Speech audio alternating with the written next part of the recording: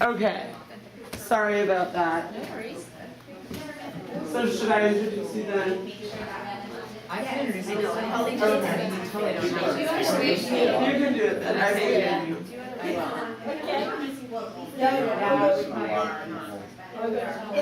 Sometimes it's hard to rally after church. Just let me know if you think I should start or if I should wait. You need to be out of here, but when it's the end of the year. Okay, Scott, I got it to work. Thank you so much. Alex is gonna go rally. He's on rally. We do Bye, have a Dad. problem with this group about being. I'm worried about going over. I told her about CFRI. She's Okay. Alright, we're ready. Yeah, it's kind of like island time, but there's treatments. Island We time. had the exact same conversation. And then it's gonna be Like Hawaiian time, but not so much. I have an aggressive outline, so. Awesome. Do we any others? Yeah. Everybody gets a handout. I need the pen. I'm so excited. Okay, was I saving this one or that one? I don't want to contaminate two chairs. I think I'll get two back. Yeah. So that. Sorry, this stresses me out. I don't. Oh, is it working? I think Is so. it good? I think so. Okay. Yeah, I think it's okay to start. Start now? Okay. If people come in, that's fine. Okay. That's okay. This is the kind of thing that you can just jump in at any time. Okay, so we're running, we're live? Yeah, Okay, that's not being streamed, it's just recording. all right. So I'm gonna introduce myself. I'm Dvorak. Some of you, I see mostly familiar faces, some new faces. I'm the CF social worker at Stanford for the adult program, and I love my job. I've been with the team for about 4 years, and I just think it's a gift to be able to be here with all of you. I'm so honored, feel privileged to be invited here, and I'm really excited to spend this hour together with all of you.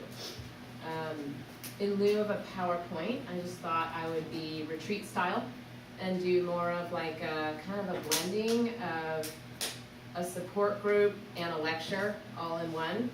And I just want to encourage all of you to participate, jump in, ask questions. The more participation, the better. I mean, I may have some expertise and knowledge to share, but I think really the true experts are you all, living with this disease day in and day out, and all the creative things that all of you do to help manage it. So I'll just start off with that. Today I'm going to be talking about Zen practices and concepts, and I just want to introduce a couple of brief Zen techniques that you can try to use outside of this time and practice a little bit. I mean, obviously I'm not expertly trained in these things, but I know enough about them to talk about them. And a lot of these courses are 10-week courses or 4-week, intensive retreat type things. So this is just kind of a brief glimpse.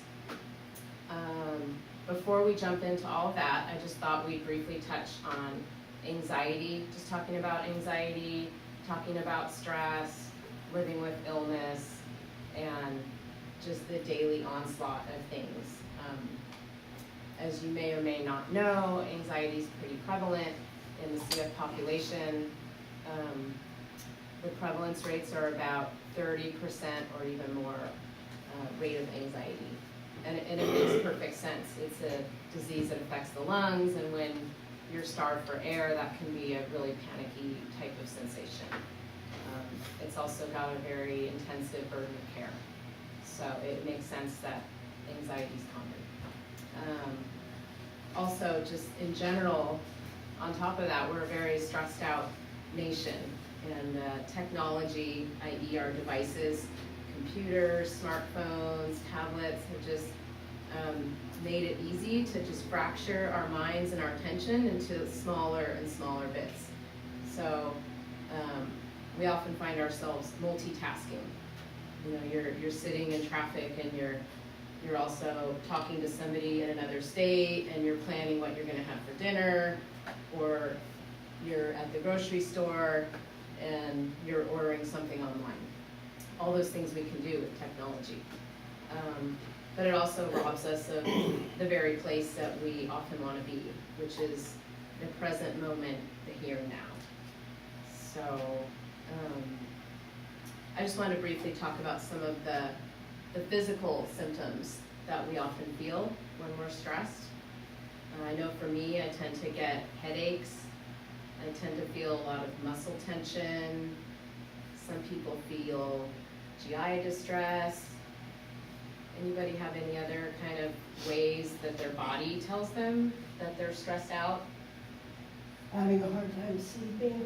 Mm-hmm. Yeah. Yeah.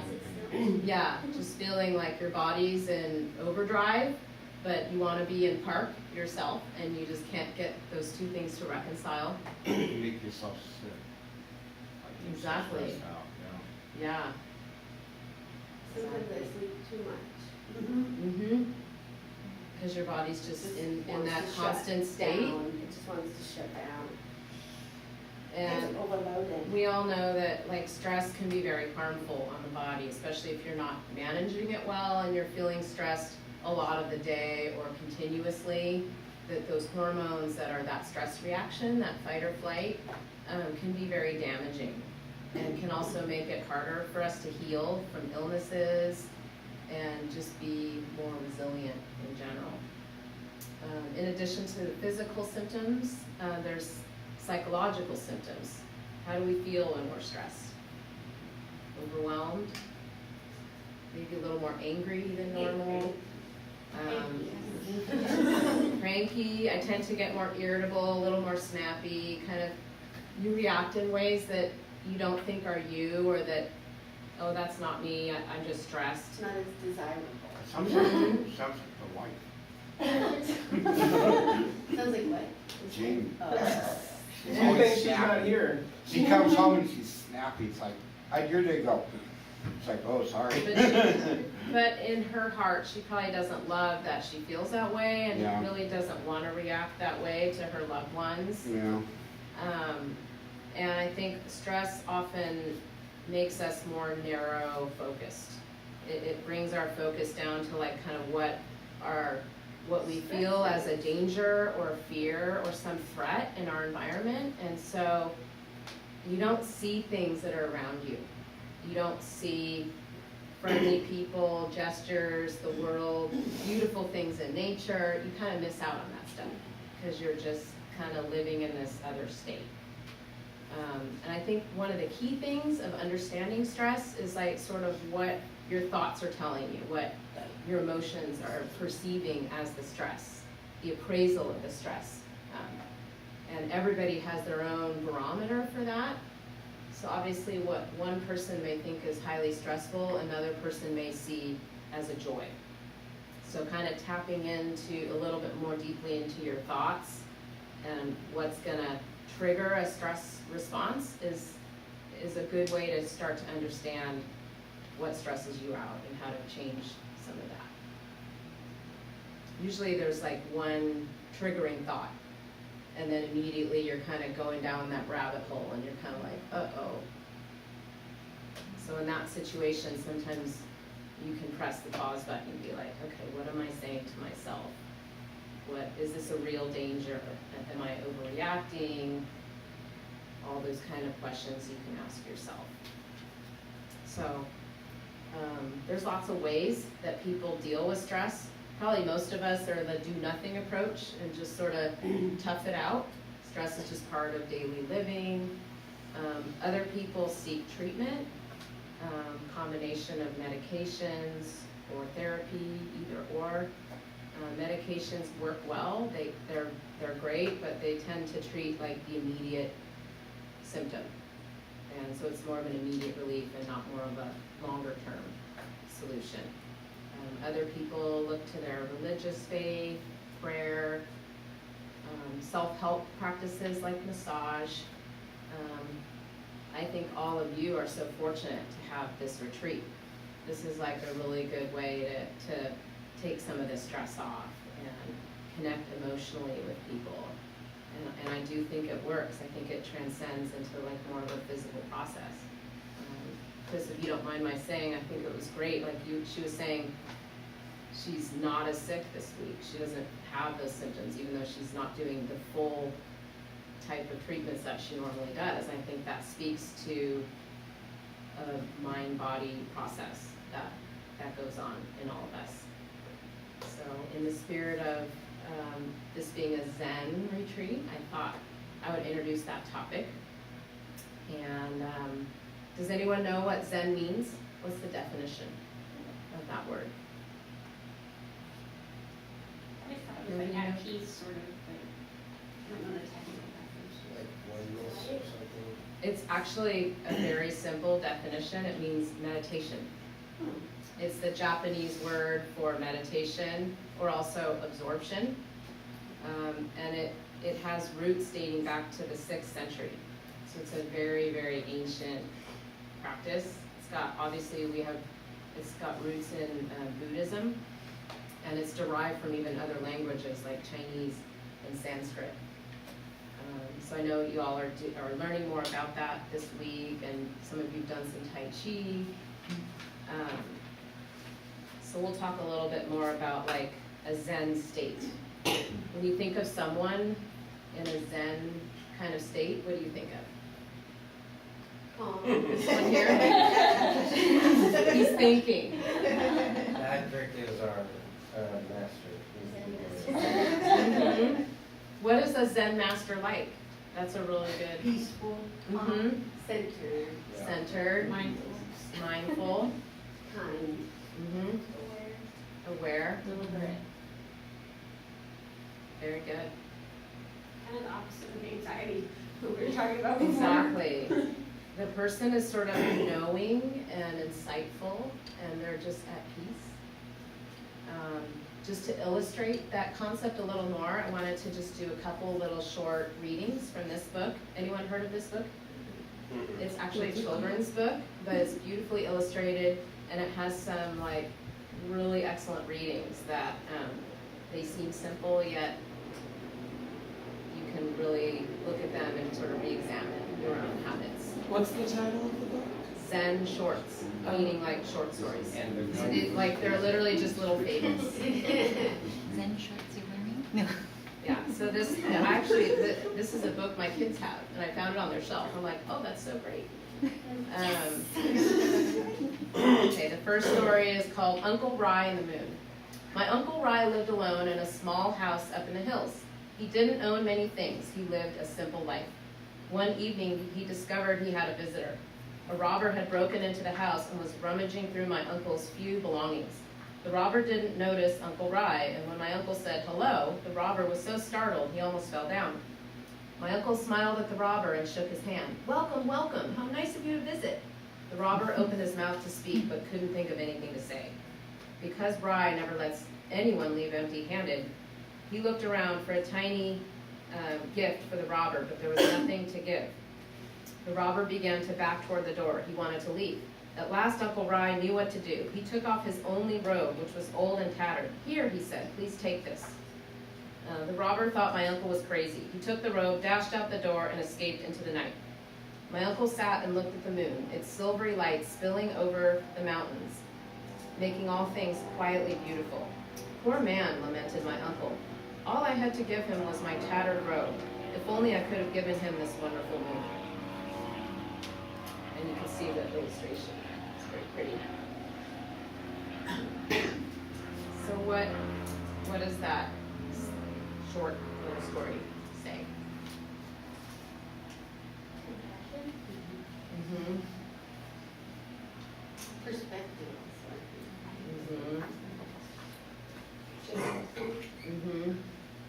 Open-mindedness, responding to others with compassion and kindness, trying to suspend judgment a little bit. Not reactive. Mm-hmm. Exactly. Okay, here's another one. I like this one a lot. This one's called The Farmer's Luck. There was once an old farmer who had worked his crops for many years. One day, his horse ran away. Upon hearing the news, his neighbors came to visit. Such bad luck, they said, sympathetically. Maybe, the farmer replied. The next morning, the horse returned, bringing with it 2 other wild horses.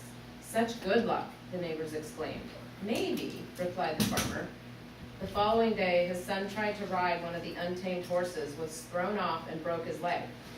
Again, the neighbors came to offer their sympathy on his misfortune. Such bad luck, they said. Maybe, answered the farmer. The day after that, military officials came to the village to draft young men into the army to fight in a war. Seeing that the son's leg was broken, they passed him by. Such good luck, cried the neighbors. Maybe, said the farmers. That's the end. Simple, short.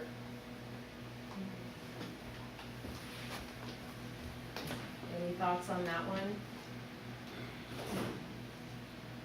Acceptance. Exactly, quiet acceptance. Or maybe the notion that like good luck and bad luck are all kind of mixed up. And you never really know what's gonna happen next. I'm sorry. Nothing is final. There's no end. It's like you just kept saying because it's all circular. Right, and then there's gonna be something else that happens the next day, and It's a constant realization or knowledge that you don't yet see the big picture. right. And that we don't always have control of what happens in our lives. Things are gonna happen that are good or bad, but if we try to just be open and receptive and accepting of things, sort of mindfully, peacefully, you may not be as reactive to the stress of it. Does that make sense? So just, I know you guys have done some Tai Chi here this week. I think that's amazing. There's other Zen practices such as mindful breathing. There's yoga, which combines fitness with awareness.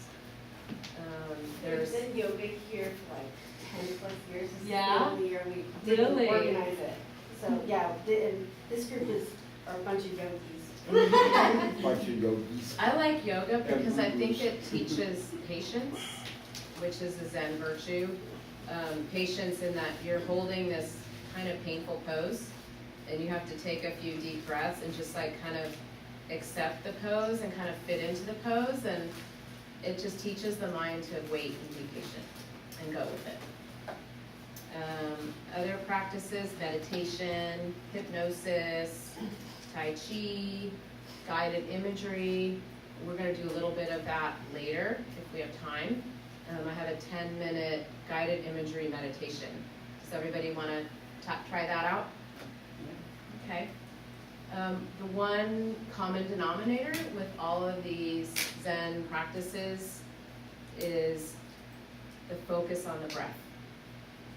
And the breath is really the foundation of how to elicit that relaxation response. And I know all of you are even more aware of breathing than the average person, for obvious reasons.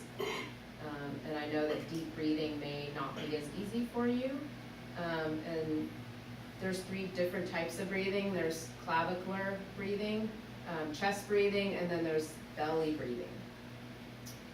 When you breathe deeply in your belly so that your abdomen rises gently and falls, that's the kind of breathing that's gonna get you the most relaxed. And when you think about you take a few big deep breaths, it quiets the mind a bit, and allows you to focus a little bit more on your body and how your body feels, where you might be feeling tension. And that whole process just sort of quiets down your whole system. And it gives you a little bit more clarity into your thoughts, your feelings, other things that are going on for you. So you can try all these other Zen type of things, but the breathing will be at the center of them. You want to try it right now? Okay, let's try a deep belly breath. So take a deep breath through your nose. Your abdomen should rise just gently, and just let it out really slowly. Try it again.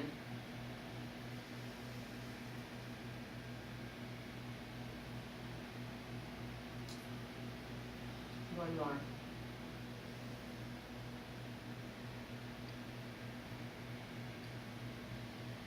Anybody feel different? A little more relaxed? A bit more calm?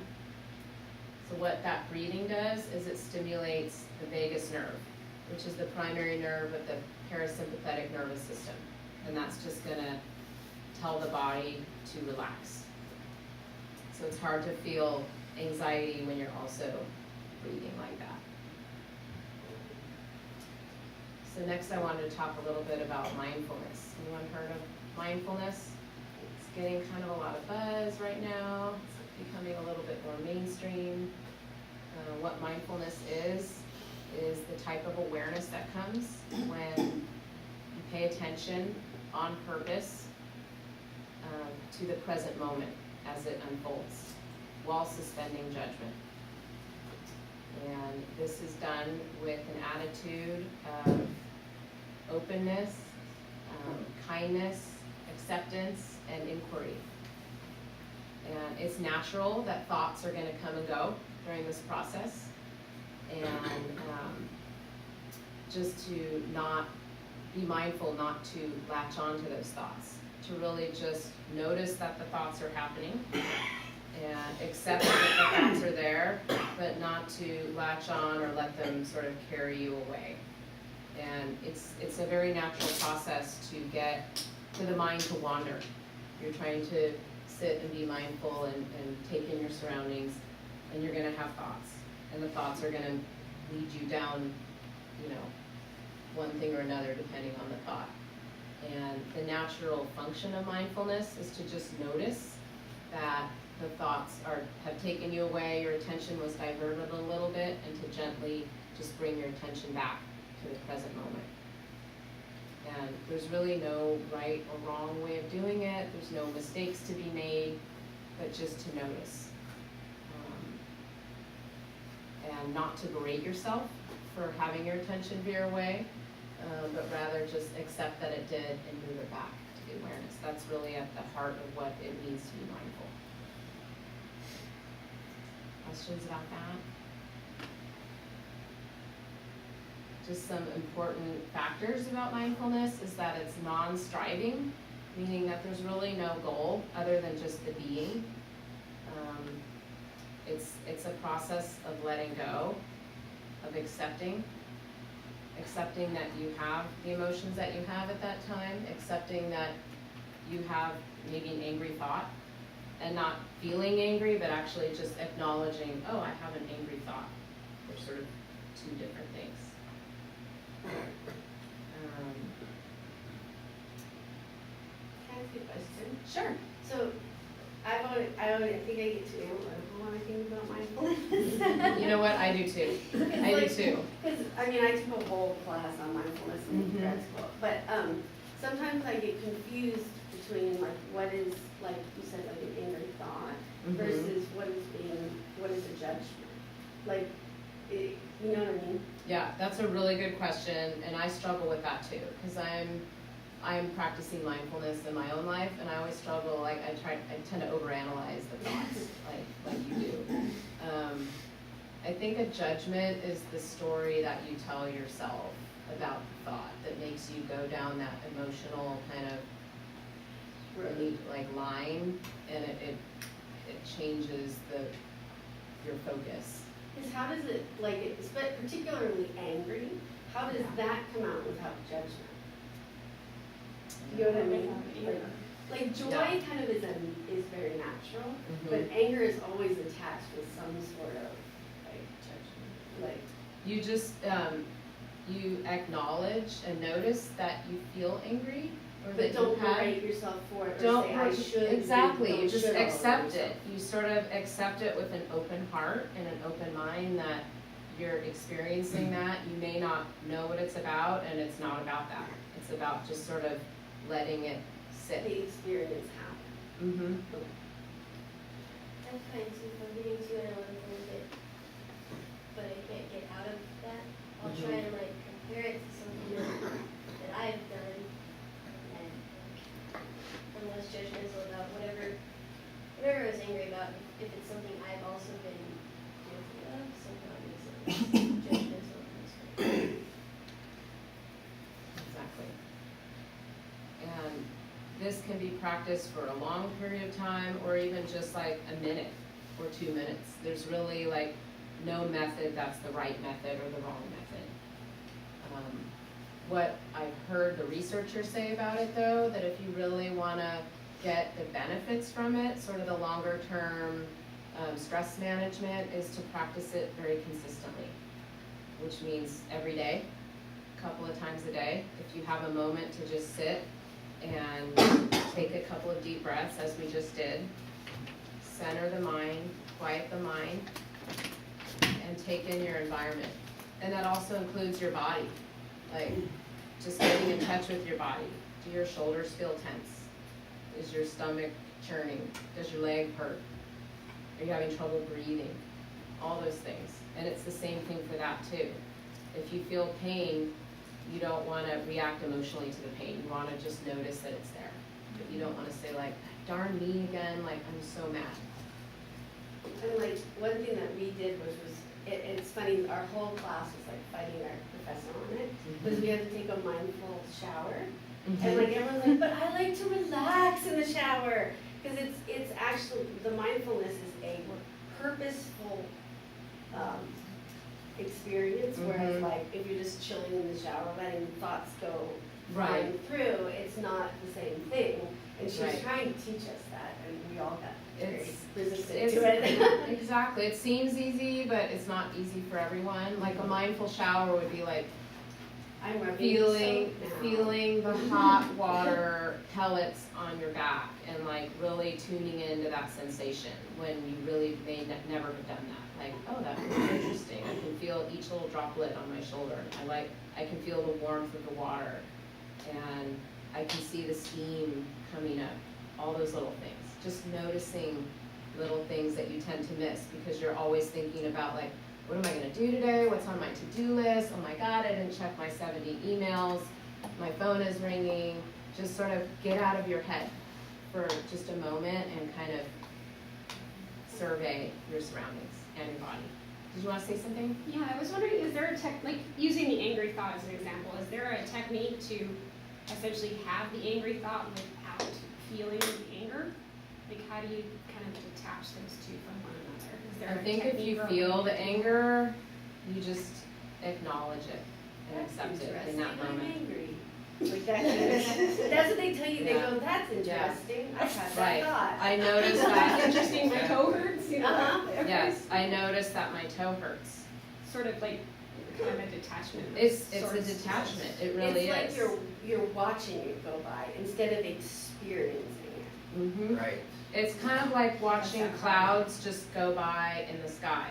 Like the thoughts will come and then you notice the cloud, right? And then the cloud's gone. There's one guru that I follow on Twitter, but his one that helped me is like you actively laugh to acknowledge it. Like, haha, look what a human I am. I just had this angry thought.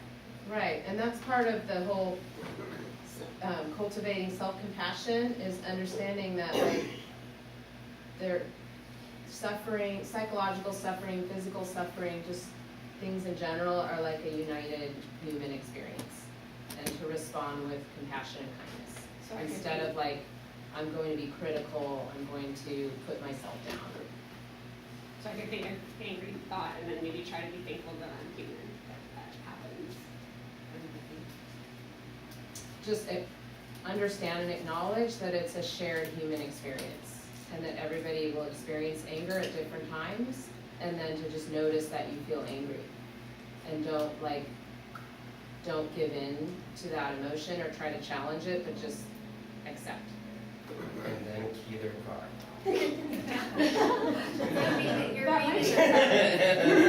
You're an observer of your own thoughts. Yeah, I'm actually gonna. So a little bit outside. Yeah, it is. Yeah, it's kind of like watching from a area. Mm-hmm. I tend to push like anger out because I'm uncomfortable with it. So for me, I almost have to, and I don't know if this is like appropriate mindfulness, but I almost have to like give it a room. Like if I'm a house, it gets to exist. It's not me, but it gets to exist someplace. I almost have to mentally build it a room. You get to exist, breathe, fear, anger, the things I'm uncomfortable with and naturally want to just like push out. In the So indoor you quarters. live with it, but it doesn't like Exactly, Sort of. exactly. It gets to exist, but it's not me. Mhm. So then, I don't know, for me that helps, usually, that would just definitely sort of help. helps, That's like, really good. I like that analogy about the room. I That don't know. it just, it gets to be there because it is there. It just is. It's something that you feel You just go. and just notice it. and you can touch it, but Mhm. then you can also move through it and move outside of it. Do you know what I'm saying? It doesn't have to overwhelm you. Exactly. It's not living in your bed. Just like the farmer in the Go to your fable, room. like the farmer, like the farmer may have felt really upset, like his son broke his leg and he fell off the horse, and then the drafters came to his house. Like, a normal person might have been like, "Get out of here," you know, reacting and all over the place and anxious. But he just said like, maybe.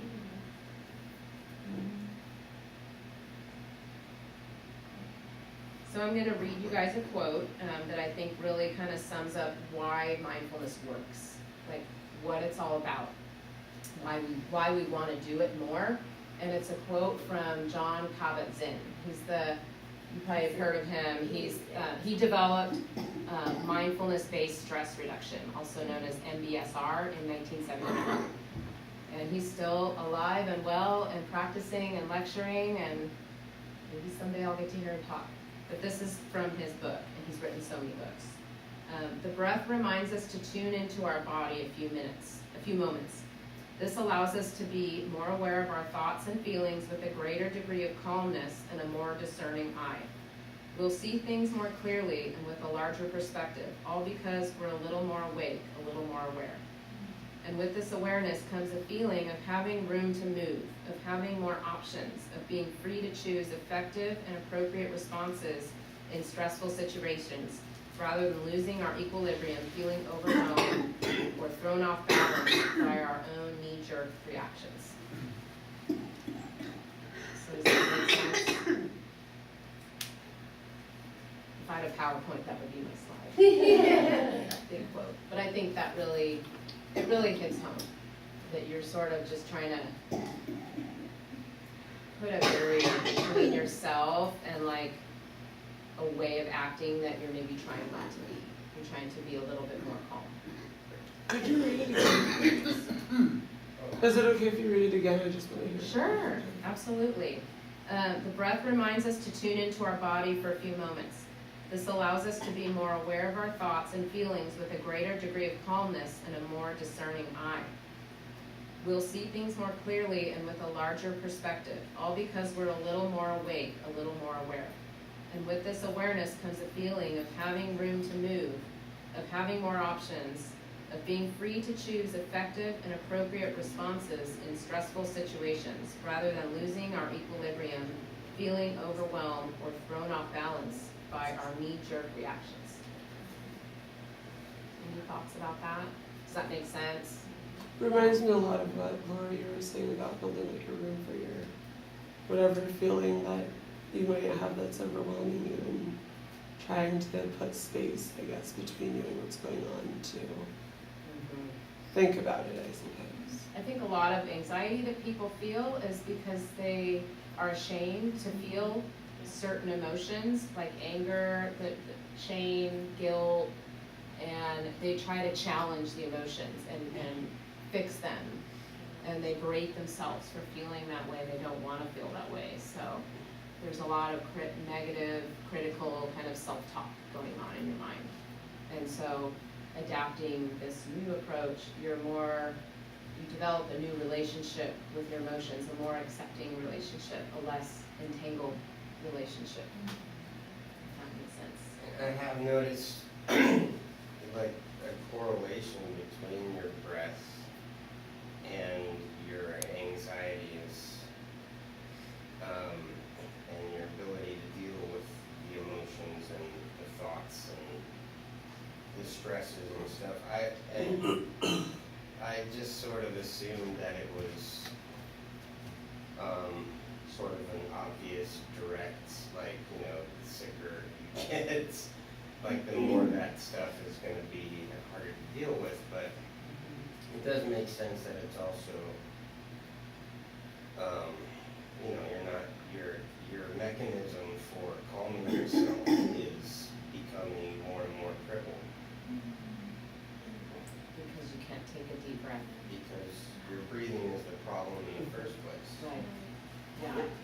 the reverse as well, kind of like when my breathing's really bad, you know, something health related, that can then in turn lead my emotions to be very anxious because it's a Yeah, that's what I'm That's saying, nice. yeah, definitely. like sometimes one leads and sometimes the other one leads. Yeah, but they're usually connected Yeah. somehow. Mhm. And I think there is a process that happens when we do feel like a threat and we get in a panic mode, that your breathing is very shallow. That you're gonna you're not gonna be able to like take that step back and take that deep breath. That might not be available to you at that moment. So then what do you do? With practice, you just get better at it. And pulmonary You rehab, just they calm taught us- yourself in other ways. They taught us, it's very similar, they taught us to kind of be conscious of the fact that when you're having trouble breathing, you start breathing from the top of your chest Mhm. to really Exactly. focus on trying to pull it deeper. And you can actually, a good amount of the time, get yourself out of the cycle. But that took a lot of training. But yeah, without that training, without that knowledge, and you're in that moment, that's not gonna be the first thing you're gonna think of. You're just gonna freak out and panic. I just would like to share one experience I had pre-transplant is when I learned how to do this. And it was so hard for me because when I would focus on my breathing, I would just hear crackles. And then I would feel like I couldn't breathe in deep. And so then that would make me really uncomfortable in my body. And so the experience, like, I was noticing all those things, but I couldn't get to a relaxed state because I had a heightened awareness of how sick I was.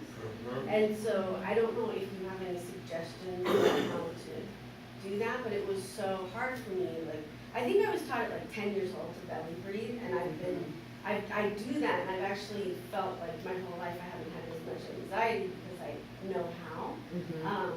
But when I would get into the state where I focus on the breathing and actually really pay attention, it drove me up the wall.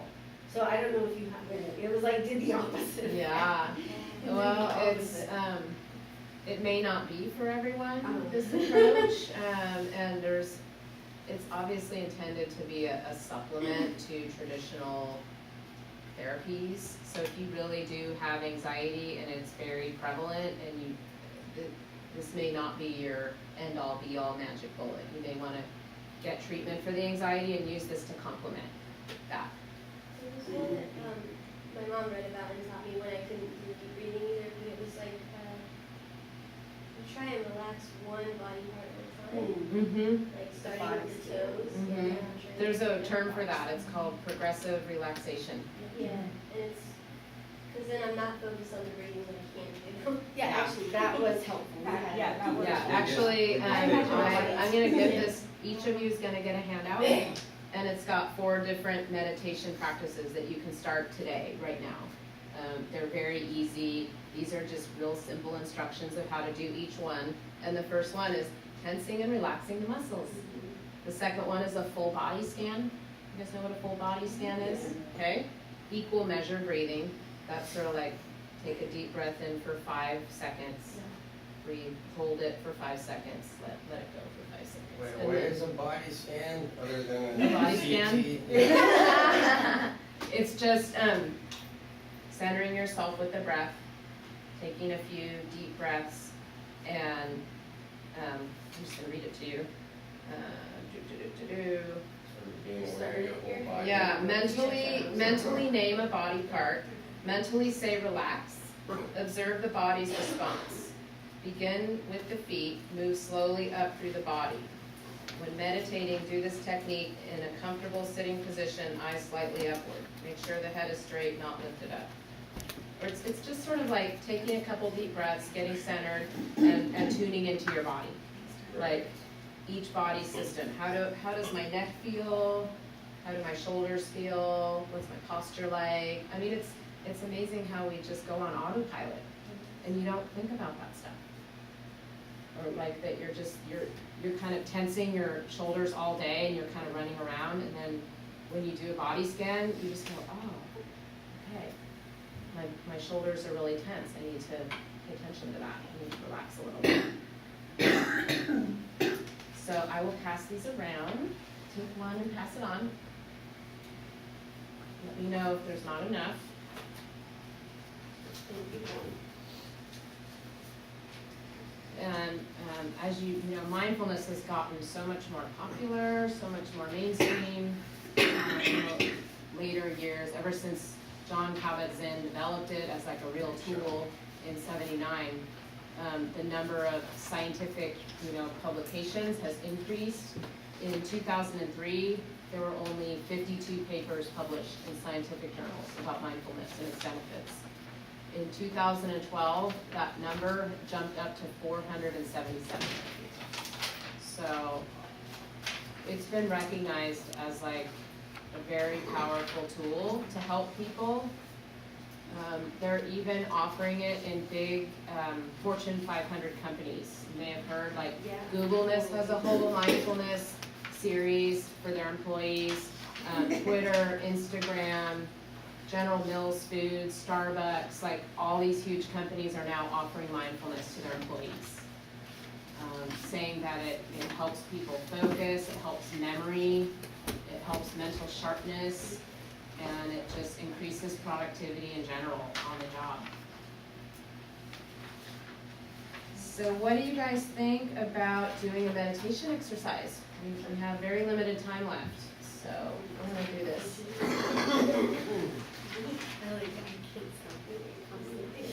This is a type of meditation called guided imagery. Anyone heard of guided imagery?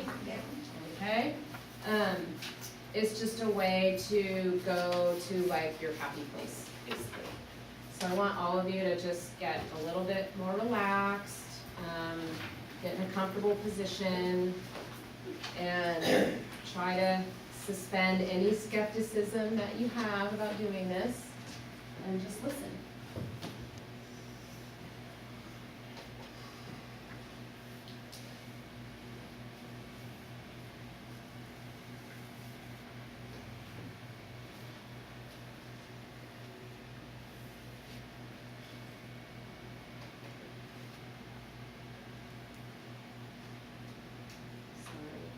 Technical issues here. Whoops. Sorry.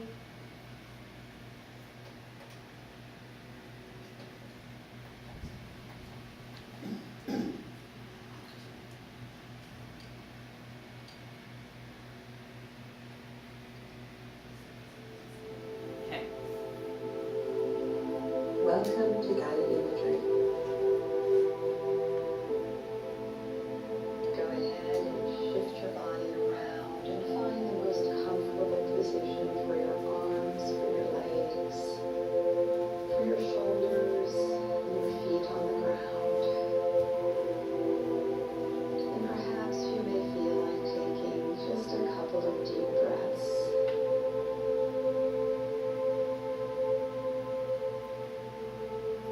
Begin to breathe just normally at a rhythm that's comfortable for you. And when you're ready, I invite you to gently close your eyes and just allow your awareness to begin to drift, knowing that this time is just for you. This is your time. For just the next few minutes, it's all yours, a gift to yourself. And perhaps if your mind has been busy and thinking about different things, perhaps you can imagine that long list in your mind of all the things that you're thinking of, or things that you think you need to do or want to do later. Just imagine taking that long list and rolling it up, just rolling it up and setting it aside. Setting it aside just for now. You can always pick it up later if you want. That's right.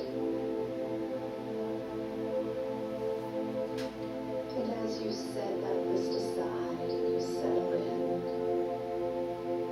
And take another deep breath. You know that if you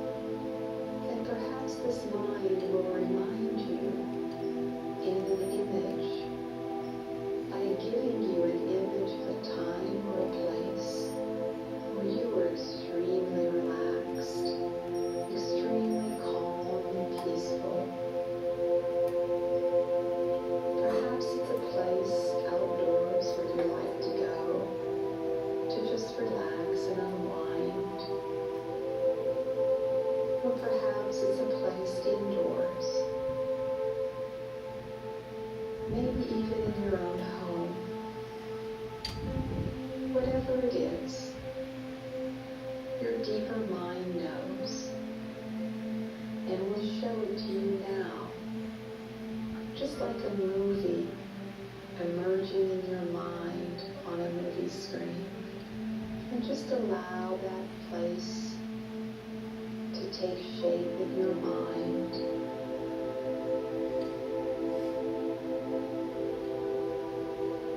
And if more than one image comes to your mind, that's okay. How lucky and how wonderful to have more than one place where you can deeply relax and unwind. Then just for now, choose one. And allow that image to become more and more clear.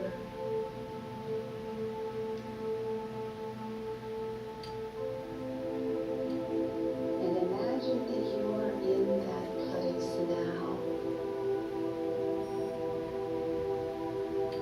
You're in your favorite place where you feel deeply relaxed, safe and calm.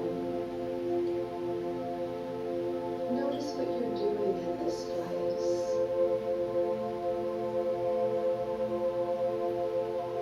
Who you're with. Maybe you're alone, or maybe you prefer to be with friends or family or pets. Whatever you choose, because it's your special place.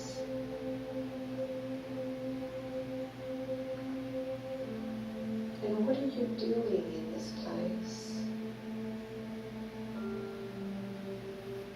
Sitting, walking, whatever it is, just notice what you're doing.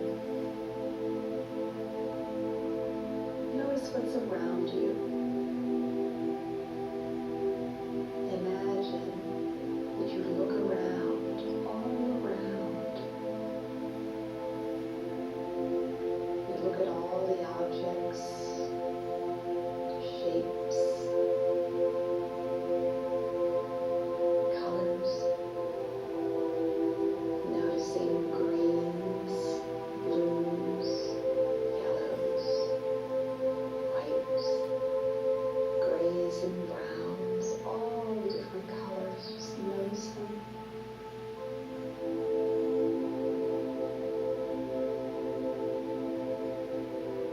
Notice what you sense in your body in this place. What's the temperature feel like on your skin?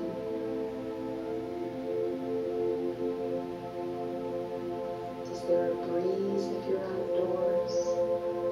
Is it warm? Possibly cool?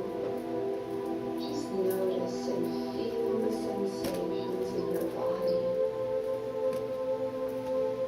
as you are in this place.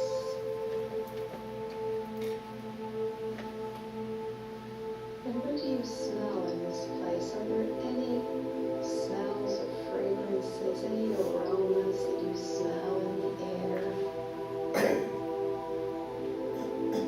And just notice perhaps flowers. If you're in the garden, perhaps the salty smell of the sea if you're by the beach. Just breathe in the air wherever you are. And just notice the smells. And what do you hear in this place? What sounds are there?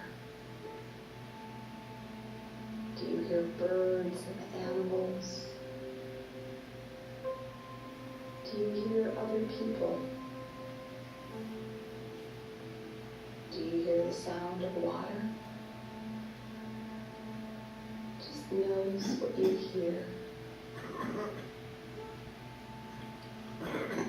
And what do you taste?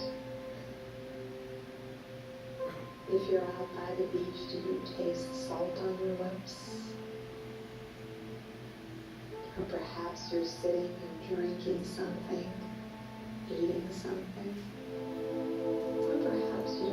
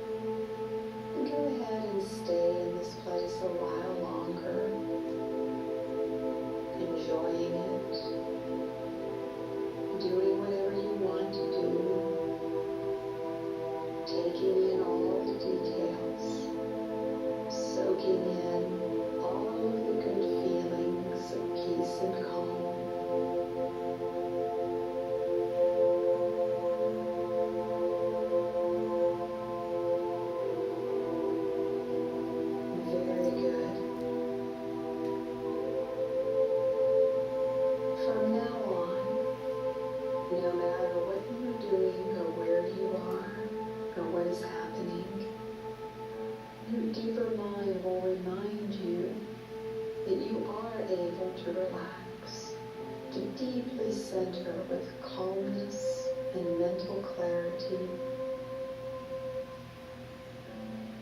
And now, simply open your eyes, feeling great and ready for the rest of your day.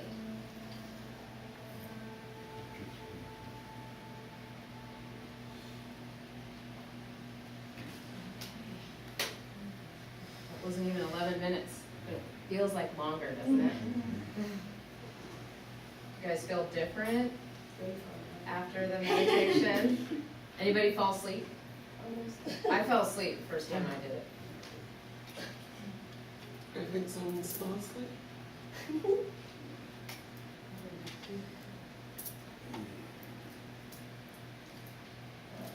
I have CDs to give away for anyone who wants to share. We have 5. Ooh, we're gonna have to Who fight. wants to share how that meditation was? No. You have to share with us about your happy place. Oh, my happy place? Yeah, That's how you earn your. that's how you earn your CD. I was at the pond behind our property in Oregon as a kid with my dog. We would go and just spend Sunday afternoon fishing and catching the water and stuff. That was one of the That's places. great, a childhood memory. So it's not even really recent, and you were able to really go there? Yeah, I got emotional. Did it feel real to you? Yeah. Yeah, that's what it's intended to do, is really simulate those feelings, that experience, all the smells and senses they talked about. What I got is just, I felt like I was with that person who was speaking. We were together right here in front of each other, Mm-hmm. and I was just with her in harmony and relaxing.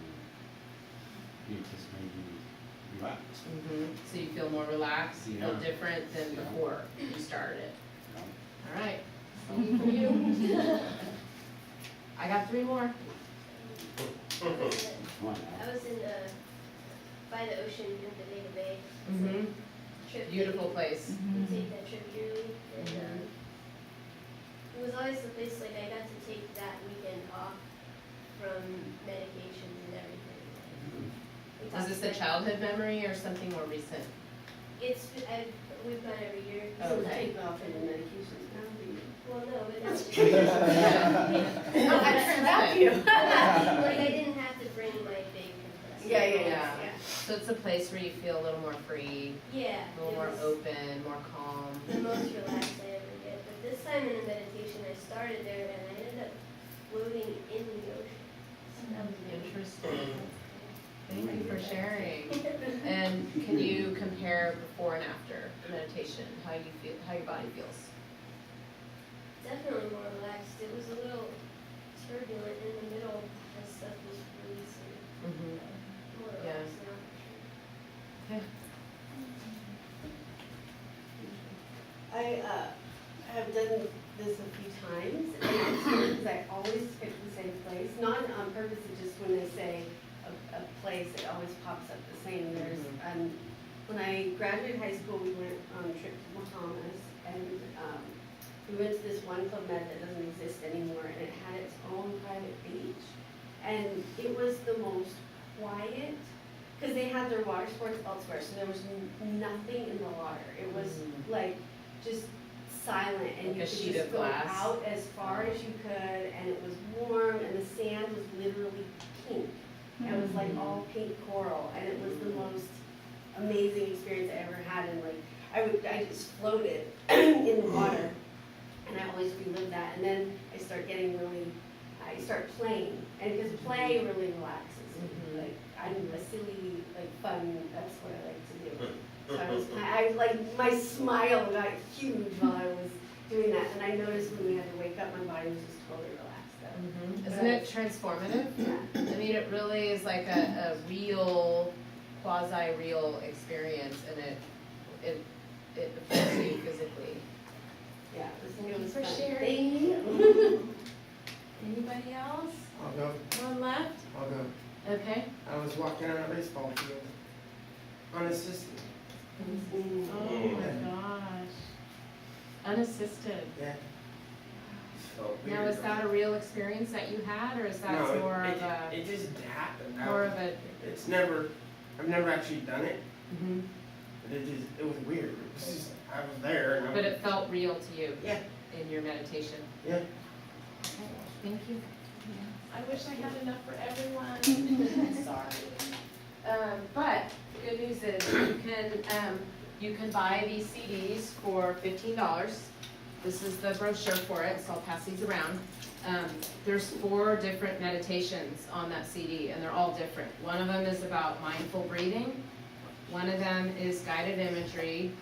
One of them is mindfulness, which is the longest one. I think it's about a half hour. That one's really tough.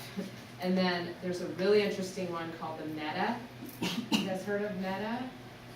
It's a type of compassion meditation where you wish yourself and others safety, happiness, and peace.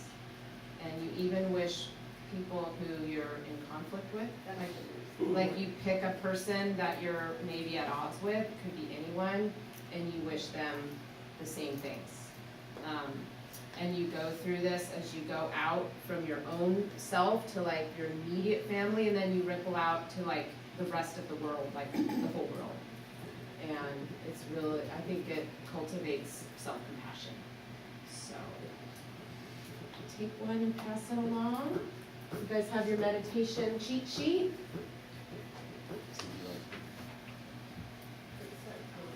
Well, I guess we. Yeah, the Oh, transplant yeah, club. I'm so Your little sorry. transplant club. Yeah. Thank you for doing that. I have chocolate for you guys too, because I think like chocolate is just associated with pleasure and joy and relaxation.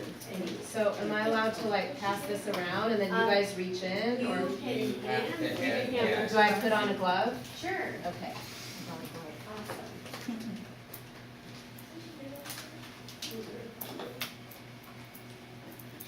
I know there was a guided imagery at one. She was here. Okay. I think she was, and she's known to the CF community. I forgot to mention this. She made, here's another CD she made. This is self-hypnosis. You've probably seen this one if you've been to other retreats. She's amazing. I went to her 4-hour workshop all about these meditations. Hi. Good to see you. So, yeah, and I asked her permission if I can play her meditation for you all, and she gave it, so. Yes. Thank you. They have caramel inside. Oh, well, that's even better. They're my best friends. Dark chocolate with Oh, it sea is? salt caramel. You know how to get a CF or worked up. Oh, yeah. High calorie, high fat diet, here you go. And salt. No, So,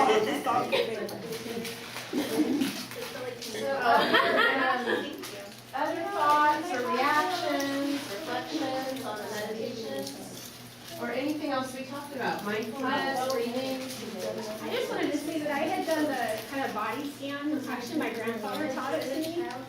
And one thing that helped is he kind of, it was like you could use like either a warm or a cool light, and you sort of imagine it traveling down. And the extra element he added that I really loved was, like, as it passes over, you imagine some sort of, in my mind I use an ugly color of like all your pain and all your tension is just like draining out and pooling onto the floor. And like so it's like a kind of a double, you relax, but you also are supposed to be. Well, there's that letting go of the imagery toxic. component that's very powerful. That helps me, it helps me if I can like see it sort of. And inside she my head. does that in this meditation, rather hypnosis. She has the person, this is specific to CF too. She has the person with CF imagine all the mucus in their lungs and like a humongous vacuum cleaner going in there and like literally suctioning up all the mucus like right from your lungs and just getting it all out. I have little scrubber guys. I have a question for the people with chocolates who've eaten theirs. Mine says smile. Yeah, Mine says remind yourself to relax. Oh my Mine god. says Wow. love. Mine says enjoy the I didn't even know that. Oh my gosh, Enjoy that's your so childhood awesome. wedding. Mine said have no limits to Enjoy your Mine chocolate. said that too. Yeah, baby. Have no limits. Mine When says you got Mine chocolate says you have a fortune great cookies. laugh. Mine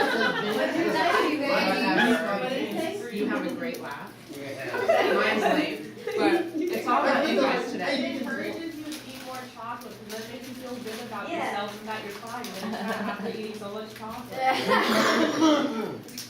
Exactly. And I wanted to talk a little bit about self-compassion, but we're totally out of time. But I'm having a support group tomorrow. It's a virtual support group. If anyone wants to come, we're gonna talk about self-compassion. I'm making them clean up and stuff, so. What time is it? Virtual. It's at 11:30 Yeah, so we're gonna be, probably in the wrap. in RAP. Okay. Well, We can there's tune many in. others with CF that, Can it be recorded? There'll be another one next month? there's always one, every month I do Yeah, it. I thought you might want to. Yeah, you can advertise. Oh, You are welcome to advertise to the group of all the wonderful. okay. Meg is a social worker, but she's not like the social workers I've heard some of you talk about. She actually does stuff, good stuff, so Thank you. she's got some great tools. I'm And glad the to hear support that. group's one of the big ones. Yeah, I do support group. It's the first Friday of every month. It's an hour and a half. You all are welcome to come. Because of the foundation, it has to be virtual. There can be one CFR in the room and everybody else has to come in on call-in or like a WebEx. And so every month I email out the instructions and the topic and everything. And so Chris, you can just forward it as Sure. you want. How about you guys see me? Give me your email address if you'd like it to be passed along to Meg. Does that sound like a good plan? Okay, so we wanted to say thank you because we're so happy that you're here and you're with us, and we're so grateful to have you at First too. So we have an honorary T-shirt. Thank you so much. It's beautiful. And you're welcome to come and stay with us. Visit. Okay, I think I will. Yeah, you have an open invitation. Yes. All right, I've earned my